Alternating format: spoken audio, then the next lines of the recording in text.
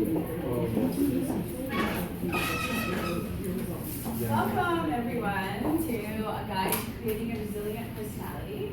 So thanks for coming, and I'm glad you're talking and giggling a little bit. That's kind of nice. The ice is already broken.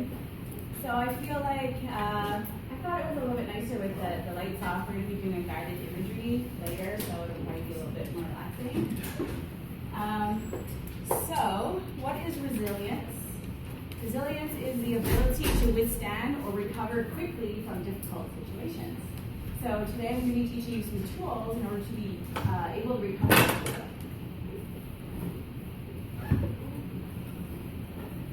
So who am I? I just graduated from here with my Bachelor of Science in Kinesiology, and I'm an NLP Master Practitioner and a sports coach.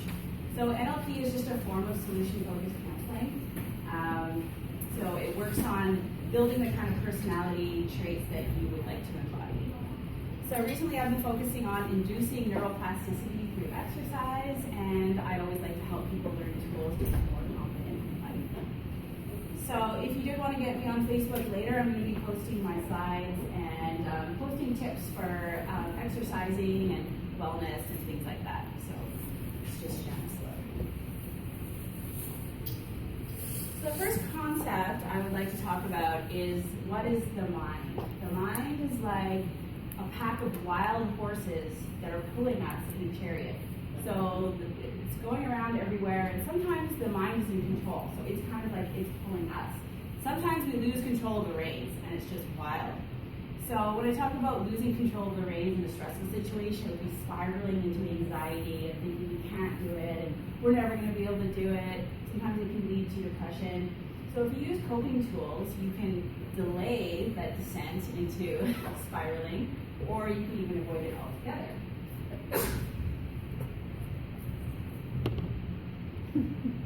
So two key concepts that I find are really, really important is what you focus on determines what you miss. So this guy right here, he's only focusing on the stress. He's only facing this way. He's looking at it. It's like super stressful, and he's missing this beautiful world that you can go for a little swim in a watermelon stream and have an ice cream.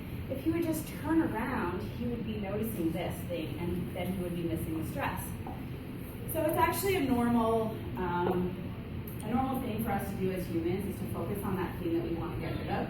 So for example, if someone wants to quit smoking, often what do we say? We're like, I wish I was a non-smoker. I want to stop smoking. I want to stop smoking. I want to stop smoking. We're always thinking about that thing that we don't want. So we're focusing on it. And what we should do is pick something that's the opposite of that and focus on that, make that our goal, then automatically the other things behind us. So if we focused on having healthy lungs and being able to breathe well when we're exercising, and we focus on that as a goal, automatically that smoking is behind us, because those two things can't exist at the same time. They actually did a study where they taught people to focus on the positive, and they found changes in their brain. So what they did was they showed them a bunch of pictures, some positive, some negative, and their task was to only touch the pictures that were positive, and they had to ignore the negative pictures. After practicing this for some time, they found reduced activation in the amygdala, which is the part of our brain that links us to negative emotions and anxiety, and they found increased connectivity in the frontal lobes, which actually helps us control our emotions. So just by starting to practice focusing on what we want and then focusing on positivity, that determines what we're going to miss. The stressful things and the negative things and the part of ourselves that says we can't do it. So that's really important. That's what I think about a lot in my life. The second thing I'm going to talk about is, do I have enough resources to deal with the threat? So when we have a potentially stressful situation coming up, like a test or public speaking for some people or anything like that, the first thing we do is we say, can I do this? Do I have enough resources? So if the answer is yes, then use them. Sometimes the answer is yes, but we don't use them. If the answer is no, ask for help and get the resources. So we're going to be talking about that later. So the concept of being positive 24/7 versus bouncing back faster. Do you ever have those friends who just won't let you be negative at all. I mean, sometimes in life, things upset us, and that's okay. We're not supposed to be positive all the time. Sometimes we're disappointed. Sometimes we do poorly on a test, and we get upset, and that's okay. But what you want to avoid is, so if this stress down here, this is happening, you don't want to go through these long lulls while you stress for a really long time. You have to climb your way back to the top of happiness. If you use coping tools, like some of the ones I'm going to teach today, you can kind of bounce up. So you notice you're starting to get stressed negative, use a coping tool, bounce back up. Get stressed, bounce back up. Sometimes things get overwhelming and you might fall down here, and that's okay. You just use these to ratchet yourself back up, and eventually you may be able to stay up in the higher rungs.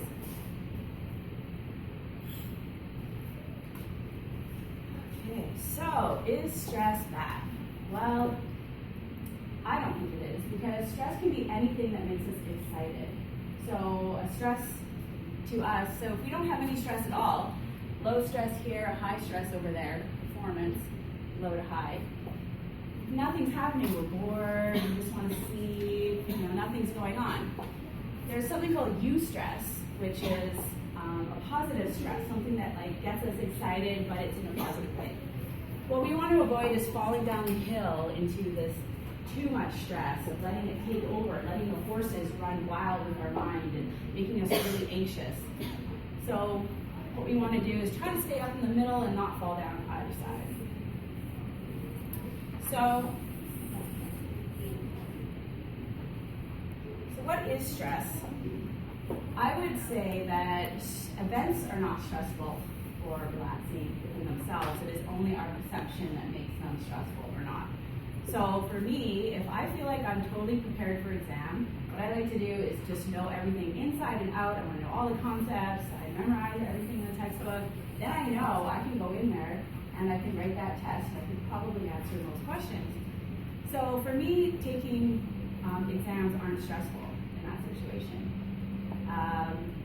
When they are stressful is when I feel like I'm not prepared enough, when I feel like, do I have enough knowledge? Do I have enough resources to do this thing well? And when I come up with the answer of no, then I get stressed.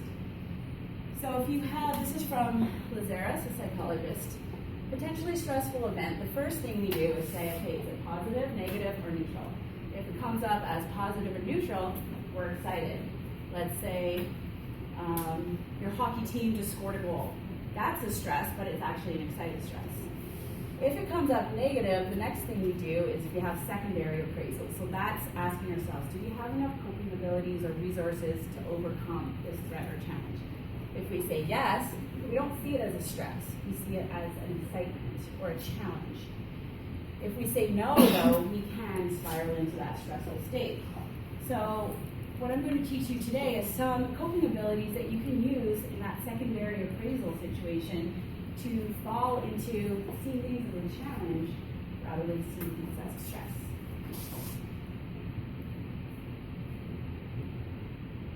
Okay, I had an example of this girl in my class. So it was super hard, really, really hard class, and all of us were a little bit confused.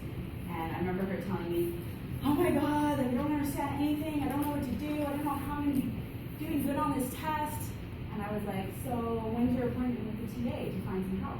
She was like, oh. So in those instances, you can get help and see it as a challenge rather than a stress. So here's the coping tool number one. Let's jump right in. When you're faced with a potentially stressful event, assess if it's a how issue or a worry. So when you're asking yourselves, do I have enough resources, knowledge, money, whatever you need, psychological tools to deal with this? If your answer is no, well, find out if it's because you don't know how to do something. So in my first year, I was having a problem with a professor, and I had this problem. I didn't know who to turn to. I didn't know what to do. I didn't know who to talk to, and that was stressful. But then when I finally thought, well, they gave me this advisor at the beginning, and he's supposed to be there to ask questions to. Maybe I'll ask him. And I asked him, he hooked me up with the right channels, and then that was that. So if you don't know how to do something, find out what you need to know in order to find out how. So that might be talking to a professor, or maybe just studying more. So when no is actually a yes. So sometimes our mind gets embroiled in this stuff, but we actually know how to do it. The only thing is we're just afraid of failing, and that's why we worry and fall into stress. So in those instances, when you know how, that's when you would use coping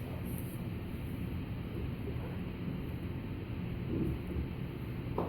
So this is how I make my study notes. Sometimes when you're nervous about doing an exam, it's because when do you know if it's enough? How do you know if you know everything that you're supposed to know? So I go through the textbook and all the slides, and I make these question and answers. So if you just want to read this text really quick, and then you can see what questions I came up with just from this paragraph.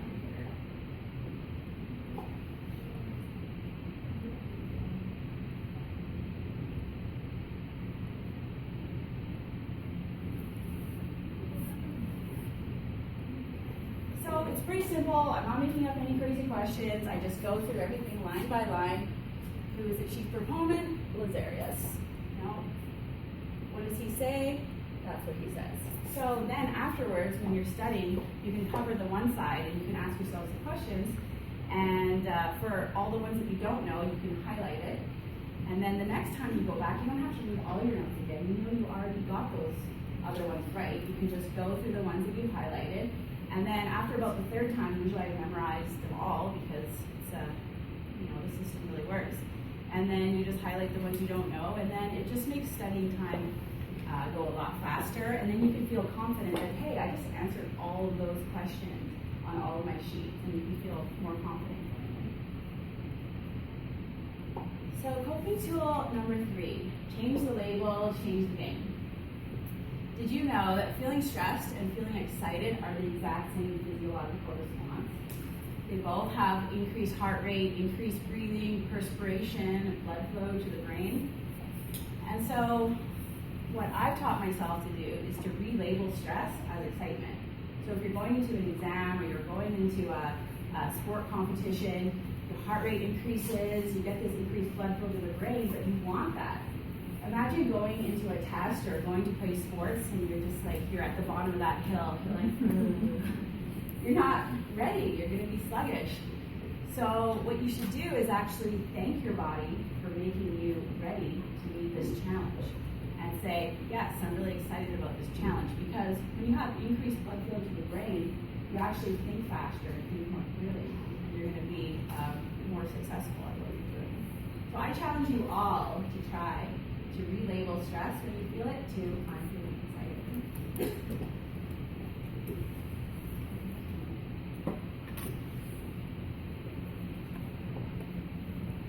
So just a reminder, we're trying to get a grip on the reins and not just let your mind fall into a state of anxiety and stress. Look at this guy. He's got the reins, he's driving his mind, he's using it to have a good experience.